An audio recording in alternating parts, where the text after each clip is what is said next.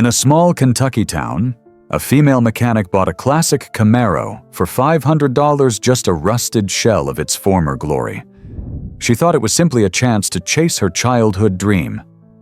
But weeks later, the previous owner returned, carrying a life-changing letter written by a young soldier before he left for Vietnam. What began as a bargain purchase turned into a powerful journey of restoration, legacy, and second chances.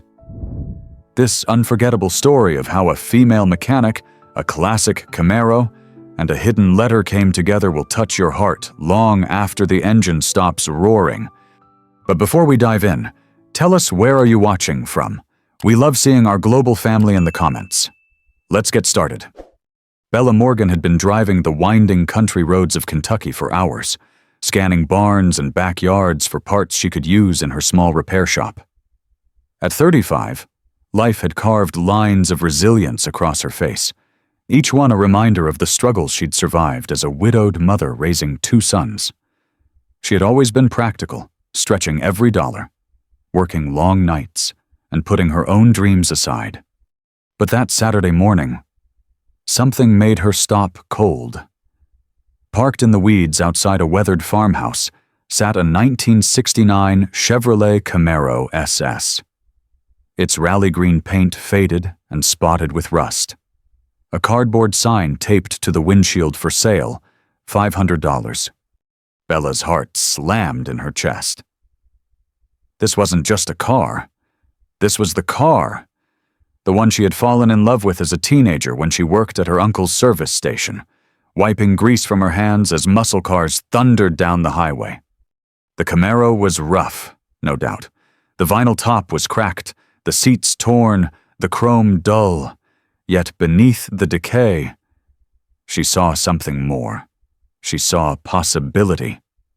She saw a dream waiting for the right pair of hands to bring it back to life. Bella stood frozen beside the Camaro, her boots sinking slightly into the soft Kentucky soil. The car looked tired, abandoned, almost forgotten, but to her, it was alive. Her pulse raced as though she were 16 again, watching those muscle cars thunder down Route 27, each one a promise of freedom she could never afford back then. She stepped closer, running her hand across the faded paint, and whispered almost to herself, "You're still beautiful." The farmhouse door creaked open, and an elderly man appeared. He moved slowly, leaning on a cane, his back curved from years of labor. His voice carried the worn softness of age when he called out, "You interested in that Camaro, miss?" "Yes, sir," Bella answered, clearing her throat. "Is it really only $500? The man nodded. "That's what I'm asking. My name's Harold Whitaker." "Bella Morgan," she said, shaking his weathered hand. "Mr. Whitaker, I mean no disrespect, but do you realize what this car is worth, even in this condition? It's worth several times what you're asking." Harold's pale eyes held hers for a moment. Then, with a faint, sad smile, he said, "I know exactly what it's worth, but I'm not selling it for the money. I'm selling it because it needs someone who'll bring it back to life. Someone who'll love it." His voice faltered, and he looked away towards the hills. "My grandson was supposed to restore it with me, but, well, that won't be happening anymore." The silence that followed carried more weight than words. Bella wanted to ask, but she could feel the ache in his tone, the grief lingering behind it. She decided not to press. Instead, she placed her hand over her heart and said softly, "If you're sure about the price, I'd like to buy it." Harold studied her face, as though searching for truth. Whatever he found seemed to satisfy him. He nodded slowly. "All right then. Let me fetch the title."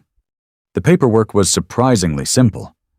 Harold explained he'd owned the car for 15 years, having bought it from the original owner's family estate. As they waited for a tow truck, he shared the Camaro's story. It belonged to a young man named Michael Alvarez, Harold said, his voice low. Bought it brand new in 1969 when he was 22.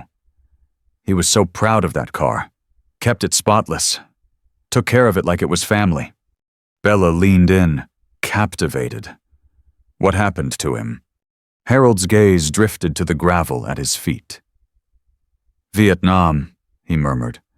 He never made it back. His parents kept the car in their garage for decades, hoping against hope. When Michael's father passed in 2008, they finally let it go. I bought it for my grandson, thinking we'd restore it together when he was older. His voice cracked, just slightly. Bella's throat tightened. She understood loss. She knew what it felt like to bury a dream before it had the chance to grow. For a moment, she felt like this car had been waiting for her not just to fix its engine, but to heal a piece of the past. When the Camaro finally rolled into Bella's property later that afternoon, she stood staring at it in the dimming light. The frame was straight, sturdier than she expected. Surface rust clung to the panels, but no deep rot. The engine, a 350 small block, wasn't the original, but it still carried a pulse. She could almost hear it breathing beneath the dust. Her phone buzzed. It was her younger sister. Grace. You bought what? Grace laughed in disbelief. Bella, you don't know the first thing about restoring a classic car. Maybe not.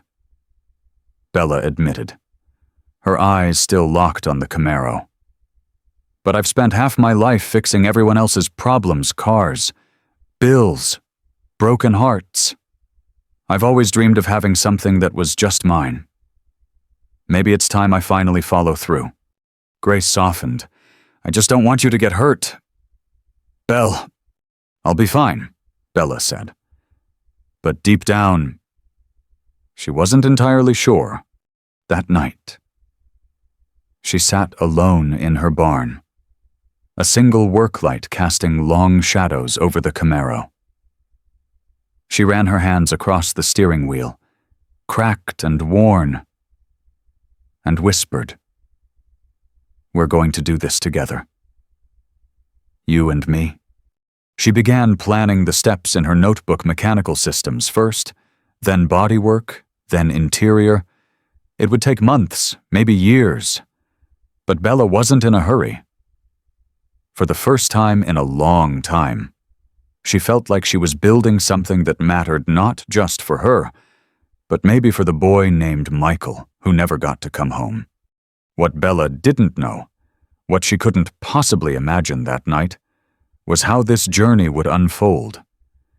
She thought she had simply bought a broken car to restore, but in reality, she had purchased a key, one that would unlock a hidden letter, a soldier's voice from the past, and a story powerful enough to change her life forever. The days turned into weeks, and Bella threw herself into the work. Every evening after her shift at the repair shop, she would retreat to the barn, rolling up her sleeves and losing herself in the hum of tools. She joined online forums, watched late-night tutorials, and asked questions in every car group she could find. Slowly, the Camaro began to awaken under her care. She started with the engine. The 350 V8 had sat too long. The oil turned to sludge, the pistons stubborn with rust. Bella hauled it to a small machine shop in Lexington, where the owner, an old gearhead named Frank, agreed to rebuild it back to factory specs. When she picked it up weeks later, gleaming like new, she cried right there in the shop. It wasn't just an engine, it was a promise. But the real battle was the body. The Camaro's skin had taken decades of weather. Bella spent countless nights sanding, welding small patches, and brushing on primer with steady, determined hands. She was learning as she went, cursing sometimes, laughing others, and bleeding more than once when a tool slipped. Yet each cut and bruise felt like a badge of honor. By the third month, the barn smelled of motor oil and hope. Bella's neighbors stopped by, offering advice, sometimes just watching with quiet admiration. One Saturday, a man named Tom Bradley, a respected restorer in the area, peeked in and whistled low. "You've got yourself a real SS there," he said, patting the fender. "Not a clone. That's the real deal. Don't give up on her. Cars like this don't come around twice."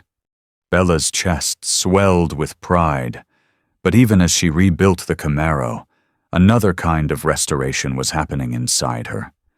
For years, she had lived only to survive. Now, for the first time, she felt like she was creating something bigger than herself. One quiet morning, Bella was crouched under the hood, tightening bolts on the freshly mounted engine, when she heard the crunch of tires on gravel. She wiped her hands and stepped outside. A pickup truck rolled up her driveway, and from the passenger seat, a familiar figure climbed out slowly, Harold Whitaker, leaning heavier on his cane than before. Beside him was a tall man, mid-40s, with Harold's sharp jawline and weary eyes. "Mr. Whitaker," Bella greeted. "Surprised? What brings you out here?" Harold smiled faintly. "Hope we're not intruding. This here's my son, Daniel. I asked him to drive me over because there's something I need to tell you. Something about that car." Bella felt her stomach tighten. "Is there a problem with the title?" Harold shook his head. "No, nothing like that. It's just, I wasn't completely honest when I sold it to you." He reached into the inside pocket of his jacket and pulled out a worn, yellowed envelope. His hands trembled slightly as he held it out. "What's this?" Bella asked, taking it gently. "When I bought that Camaro from Michael Alvarez's family," Harold began, his voice breaking, "his mother gave me this letter. She said Michael wrote it before he shipped off to Vietnam. It was meant to stay with the car forever. She made me promise that if I ever sold the Camaro, I'd pass it on to the next owner." Bella's breath caught in her throat. She glanced at the envelope. Written across the front, in faded ink, were the words, "To whoever loves this car next." "I should have given it to you right away," Harold admitted, his eyes glossy with regret. "But I'd been burned before by folks who just wanted to flip classic cars for cash. I wanted to be sure you were different. Then Daniel drove me by here last week. I saw you out in the barn, sleeves rolled up, working on her like she was family. That's when I knew. Michael would have wanted you to have this." For a moment, Bella couldn't speak. Her fingers trembled as she held the fragile envelope, heavy with time and untold words. She looked up at Harold, her own eyes stinging. "Thank you," she whispered. Daniel shifted uncomfortably, his voice rough. Dad's been carrying that letter around for 15 years. Said it weighed on his conscience. He wanted to set it right before it was too late. Bella swallowed hard. She nodded toward the barn. "Would you like to see the car? She's not finished yet. But she's coming back." Inside, the Camaro sat under the bright glow of work lights, the rebuilt engine gleaming, the body half prepped in primer. Harold reached out and ran a trembling hand across the fender. His lips curved into a fragile smile. "Michael would be proud," he whispered. "This is exactly what he would have wanted." Bella blinked back tears. She could feel it. This wasn't just her project anymore. It was a bridge, connecting her to a young man she had never met. A life cut short, but still echoing through time. That night, after Harold and Daniel left, Bella sat alone at her kitchen table. The envelope lay before her. She stared at it for a long time, heart pounding, knowing that whatever was inside would change everything. Finally, with trembling hands, she slid her finger under the seal and opened it. The paper was brittle in Bella's hands, its creases deep from decades of waiting. She unfolded it carefully, and the first words struck her heart like a hammer. To whoever loves this car next. Bella read aloud in a whisper, her voice quivering in the dim kitchen light. My name is Michael Alvarez. If you're reading this, then I didn't make it back from Vietnam. Please don't let that make you sad. This isn't about sorrow. This is about joy, the kind I felt the first time I slid behind the wheel of this Camaro. I worked 2 summers in construction to save the down payment, and I'll be making payments on it for years, assuming I live that long. But it was worth every penny. This car represents everything I love about America, the freedom to chase dreams, the grit to build something beautiful, the hope that tomorrow will be brighter than today. If you're holding these keys now, I ask only this: love it, drive it hard, but care for it harder. Make it roar again. Make it shine again. Yours in spirit, Michael Alvarez. Bella pressed the letter to her chest, sobbing quietly. The room blurred as tears streamed down her face. She could almost see him, a young man, 22, filled with pride, dreaming of life ahead and the open road, only to have it cut short. And yet, even knowing his fate, he had chosen to write about hope, not despair. There was a postscript at the bottom, written in hurried script, P.S. There's something hidden in this car I want you to find. A small gift for whoever carries on the dream. Look behind the rear seat under the package tray. Bella's breath caught. She wiped her eyes, grabbed a flashlight, and ran out to the barn despite the late hour. Her boots echoed on the concrete floor as she yanked open the Camaro's door. With trembling fingers, she pulled up the cracked vinyl of the back seat. Her heart pounded in her ears. There, tucked beneath the package tray, was a small metal box wrapped in oiled cloth. Dust fell away as she pulled it free. She carried it to her workbench, unwrapped it, and opened the lid. Inside lay pieces of a life frozen in time, faded black and white photographs of Michael, grinning proudly beside the Camaro when it was brand new, a copy of the original purchase receipt, carefully folded, a small notebook filled with sketches and handwritten plans for upgrades he'd dreamed of: new exhaust, performance cams, a paint job so bright it would blind in the sun. And at the very bottom, Bella found something that made her knees buckle: a savings passbook from the local First National Bank of Lexington, written across the inside cover in Michael's hand.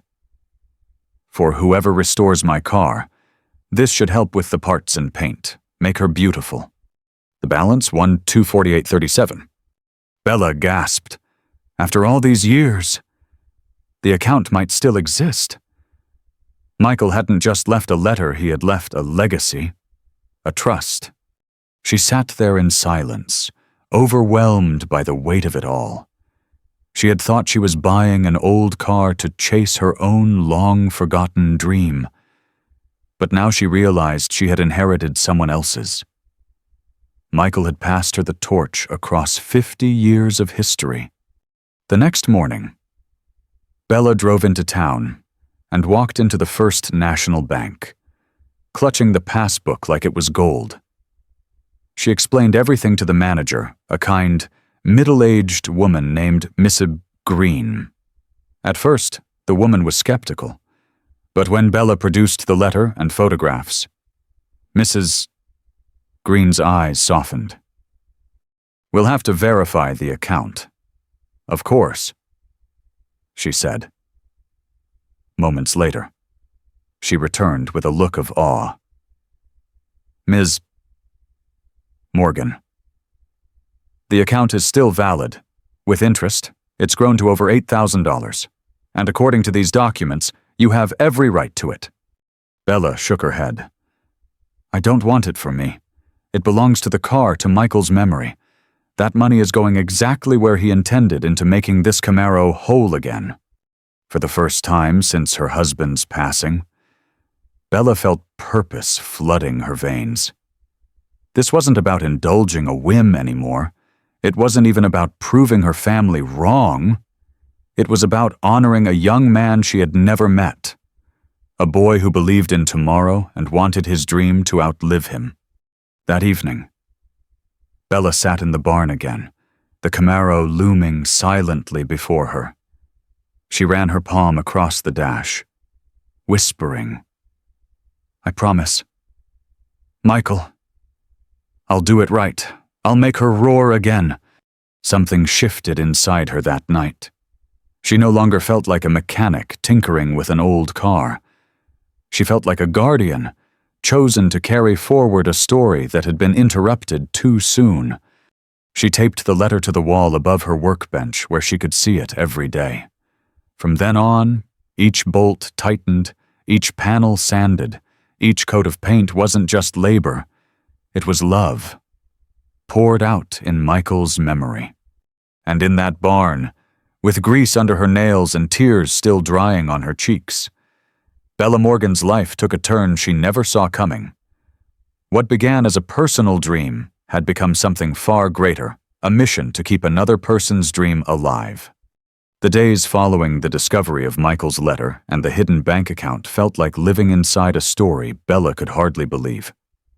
Every time she looked at the small metal box or reread Michael's words taped above her workbench, she felt a new surge of responsibility. The Camaro wasn't just hers anymore.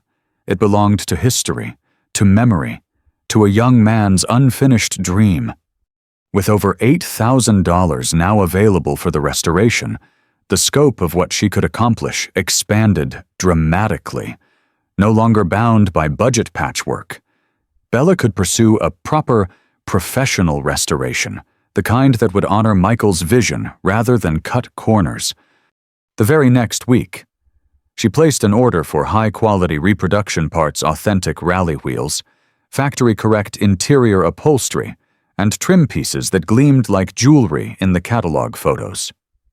She even scheduled an appointment with a renowned paint shop 2 towns over that specialized in vintage American muscle cars. As she signed the paperwork, she whispered under her breath, "This is for you, Michael." The money brought new possibilities, but it also deepened her sense of duty. Bella began researching Michael's life in earnest. She spent evenings combing through old newspaper archives and veteran memorials, tracing fragments of his story. What she found moved her to her core. Michael Alvarez wasn't just another young soldier lost to war. He had been a bright student at the University of Kentucky, studying mechanical engineering. He'd spent weekends volunteering at a local youth center, teaching kids the basics of engines and tools. His professors described him as brilliant, full of ideas. His friends called him loyal, the one you could always count on. Bella sat at her kitchen table one night, surrounded by printouts and notes. "He could have been anything," she murmured. "An engineer, a teacher, maybe even a father. But he never got the chance." Her throat tightened. "The least I can do is finish what he started." The restoration accelerated. With professional help, the Camaro's body panels were straightened and aligned, the rust eaten away and replaced with fresh steel. The car was repainted in its original rally green, a color so deep and vivid it seemed to glow like emerald in the light. Bella handled much of the detail work herself. She restored the interior, carefully stretching black vinyl over freshly padded seats, aligning the gauges on the dash, polishing every piece of trim. She followed Michael's notebook like a map, incorporating the upgrades he had dreamed of, but doing so with reverence, never straying from what felt like his vision. On weekends, neighbors stopped by to check her progress. Even strangers who'd heard whispers of the story appeared at her barn door, offering encouragement, sharing their own memories of lost loved ones. More than once, someone left with tears in their eyes, touched not just by the car, but by the life it represented. Bella realized something extraordinary. This wasn't simply about steel and chrome. It was about connection. Michael's story was weaving itself into her community, touching hearts far beyond her own. One evening, after finishing a long day's work on the Camaro's suspension, Bella sat scrolling through an ancestry website on her laptop. She typed in Michael's name, unsure of what she would find. To her astonishment, a match appeared: a cousin, Maria Alvarez, living in Nashville. Bella hesitated for days, unsure if reaching out was the right thing. Finally, with her heart pounding, she sent a message. "Hello? My name is Bella Morgan. I recently bought a 1969 Camaro that belonged to Michael Alvarez. I also found a letter he wrote before leaving for Vietnam. I'd love to share it with you, if you're open to it." She didn't expect a reply. But the very next evening, her phone chimed. "Bella, I can't believe what I'm reading. We thought Michael's car was lost forever. Please, can I come see it?" Bella's hand shook as she typed back, "Yes, anytime." When Maria arrived 2 weeks later, Bella felt a nervous energy buzzing inside her chest. Maria was in her 60s, her dark hair streaked with gray, her eyes bright with anticipation and sorrow. In the barn, the Camaro gleamed under the lights, nearly finished, its paint shining like it had in 1969. Maria walked slowly around it, her hand trembling as she traced the curve of the fender. "He loved this car," Maria whispered. "I was just a girl, but I remember him waxing it every Saturday morning. He'd talk about how it represented freedom, about how one day he'd take me for a drive across the country. He never got the chance." Her voice broke. Bella placed a hand on Maria's shoulder and gently offered the letter. "He wrote this for whoever came next." Maria read it silently, her tears dripping onto the paper. When she finished, she pressed the letter to her heart. "You've given my family a gift we never dreamed possible. You've brought Michael back to us." Bella blinked through her own tears.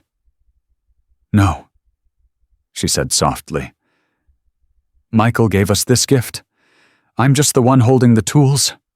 That night, after Maria left, Bella sat beside the Camaro in the quiet barn. For the first time in years, she felt something she hadn't dared to feel: peace. She realized Michael's story was no longer just about loss. It was about continuity, about how dreams could outlive death if someone cared enough to carry them forward. The Camaro was nearly whole again, but more importantly, so was Bella. The day the Camaro roared back to life was one Bella would never forget. She turned the key with trembling hands, the rebuilt engine coughing at first, then bursting into a deep, throaty growl that rattled the walls of the barn. The sound filled the space like a heartbeat returning after too long in silence. Bella threw her head back and laughed through tears. "You're alive," she whispered.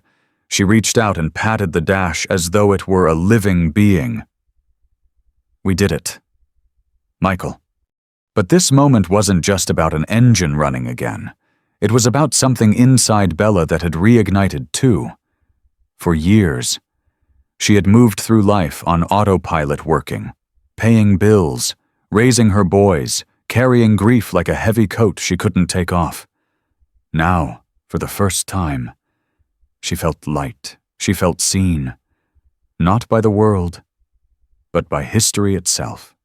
A week later, Maria Alvarez returned, this time bringing 2 more relatives who had heard Bella's story. They gathered in the barn, their faces glowing as the Camaro shimmered in the light. One man, Roberto, now in his 60s, walked slowly around the car. His hand rested on the roof, and his lips trembled. "I was 8 when Michael took me for a ride in this car," he said, voice breaking. He let me shift the gears. I remember thinking it was the most exciting moment of my life. Tears spilled down his cheeks. seeing it here again. It feels like I'm 8 years old. All over, waiting for him to tell me everything will be okay.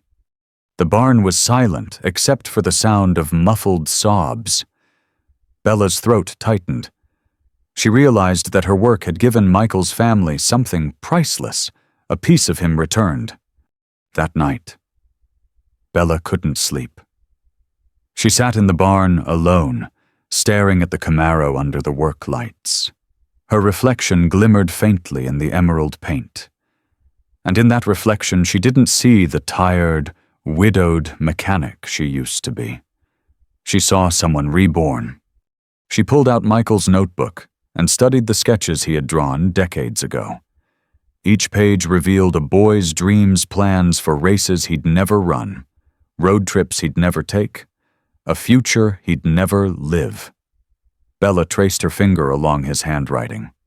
"I'll carry this for you," she whispered. "Every dream you couldn't finish, I'll help someone else finish in your name." The thought hit her like lightning. What if this wasn't just about restoring a car? What if this was about restoring lives? The following week, Bella met with Maria again at a small cafe downtown. She nervously shared her idea, a scholarship fund in Michael Alvarez's name. He wanted to be an engineer, Bella explained, her voice trembling with passion. He loved teaching kids about cars. What if we used his story and this Camaro to help young people chase their dreams in engineering or automotive technology? His legacy doesn't have to end in that war. It can keep changing lives. Maria's eyes welled up with tears. She reached across the table and squeezed Bella's hand. Michael would have loved that. He believed cars brought people together. And look, he was right. Look at us. The family agreed. Together, they began the paperwork for the Michael Alvarez Memorial Scholarship Fund. Word spread quickly through the community. Donations trickled in from veterans groups, car enthusiasts, and even strangers who had read about the story in the local paper. The first scholarship recipient was Miguel Santos, a bright high school senior from Lexington who had grown up fixing cars in his uncle's garage. At the award ceremony, he stood on stage beside the Camaro, his voice trembling as he said, "I never knew Michael Alvarez, but because of him, I'll be the first in my family to go to college. His dream is now part of my dream." The crowd stood in ovation, wiping away tears. Bella herself could barely breathe as she clutched Michael's letter in her hands, knowing it had sparked all of this. But the most emotional moment came later that evening, after everyone had left. Bella remained by the Camaro, the scholarship plaque still resting on the hood. She thought about Michael's words, "Make it roar again. Make it shine again." She turned the key once more, and the Camaro's engine thundered through the quiet night. Bella closed her eyes, letting the vibration seep into her bones. She imagined Michael in the passenger seat, his smile wide, his spirit alive. And for the first time since losing her husband, Bella whispered, "I'm not alone anymore." The tears came hot and unstoppable, but they weren't just tears of grief. They were tears of release, tears of a woman who had finally found her purpose. The Camaro had been restored.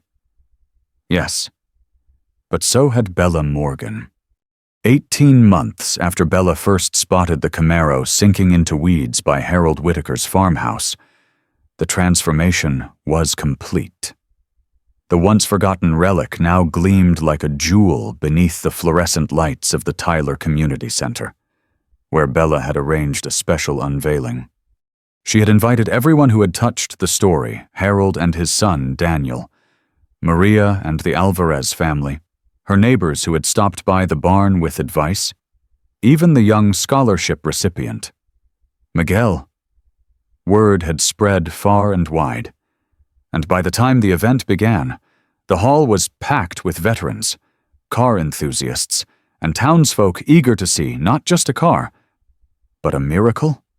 A soft hush fell over the crowd as Bella stepped forward, her hands resting on the custom car cover that hid the Camaro. Her voice trembled, but carried a conviction she had never known before. When I first saw this car, I thought I was buying a piece of my own childhood dream. What I didn't know was that I was stepping into someone else's. Michael Alvarez bought this Camaro at 22, just before shipping out to Vietnam. He never came home, but he left behind a letter, a gift, and a vision. Tonight, we honor that vision. With a deep breath, Bella pulled the cover away. The crowd gasped. The Camaro shimmered in its original rally green, every line straight and true, every piece of chrome polished to a mirror's shine. The black vinyl interior looked as though it had rolled fresh off the assembly line in 1969. And when Bella turned the key, the rebuilt V8 thundered to life, the sound shaking the rafters. People clapped, cheered, some even cried. Maria Alvarez covered her mouth with both hands, tears streaming freely as she whispered, "That's exactly how he dreamed it." After the applause faded, Harold Whitaker, frail now but determined, stood from his chair with Daniel's help. His voice cracked as he spoke. "When I sold this car to Bella, I hoped it would go to someone who would love it, but I never imagined it would lead to this. She hasn't just restored a Camaro, she's restored a legacy. She's given us back Michael. And she's given us hope." The audience erupted again, but Bella raised her hand gently. "This isn't about me," she said. "This is about Michael, and about what he believed in, that cars are more than machines. They're bridges. They carry dreams, connect strangers, and remind us that hope can survive even the harshest storms." She gestured towards the front row, where Miguel sat clutching his scholarship certificate. Because of Michael, young people like Miguel will have the chance to chase their dreams. His story didn't end on the battlefield. It lives on in every engine rebuilt, every road traveled, every dream pursued. The room fell silent as her words sank in. Even the toughest men, veterans with lined faces and calloused hands, wiped their eyes. After the ceremony, people lined up to touch the Camaro, to take photos, to simply stand in its glow. Bella stepped back, watching them. For a long time she had thought of the car as hers, but now she knew the truth. It belonged to everyone who had been touched by Michael's story. Later, as the crowd thinned, Maria approached Bella and pressed something into her palm, a small dog tag, worn smooth with age. "This was Michael's," Maria said softly. "I think he'd want you to have it. You've carried his dream further than any of us thought possible." Bella stared at the tag, her throat tight. "I'll take care of it," she whispered, "just like I'll keep taking care of him." That night, driving home with the Camaro trailing behind her on a trailer, Bella looked out across the dark Kentucky fields. She felt an overwhelming sense of peace. She had thought she was buying a car, but what she had truly bought was a second chance, both for herself and for a young soldier whose voice had reached across 50 years. As she parked the Camaro back in her barn, she left the engine idling for a few minutes. The sound filled the space, deep and steady, like the heartbeat of something eternal. Bella leaned against the workbench, tears slipping down her cheeks. "Thank you, Michael," she whispered into the night, "for showing me that dreams don't die, they just wait for the right hands to finish them." And in that moment, she understood this wasn't the end of a restoration. It was the beginning of a legacy. Standing in the quiet barn that night, Bella Morgan realized the Camaro had taught her something far greater than mechanics. Life isn't just about surviving each day. It's about holding on to dreams, even when they seem impossible. Michael Alvarez never returned from the war, yet through his letter, his savings, and his spirit, he left behind a seed of hope.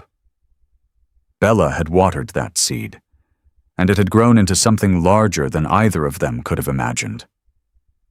The lesson was clear. Dreams don't die with us. They live on in the people we inspire. Whether it's through a car, a story, or a simple act of kindness, the things we leave behind can ripple through generations. Bella once thought her best years were behind her. But by restoring Michael's Camaro, she discovered that new beginnings often come disguised as second chances. The end, up next. 2 more powerful stories waiting for you. Click to keep driving with us, and don't forget to hit subscribe if you believe dreams are worth keeping alive.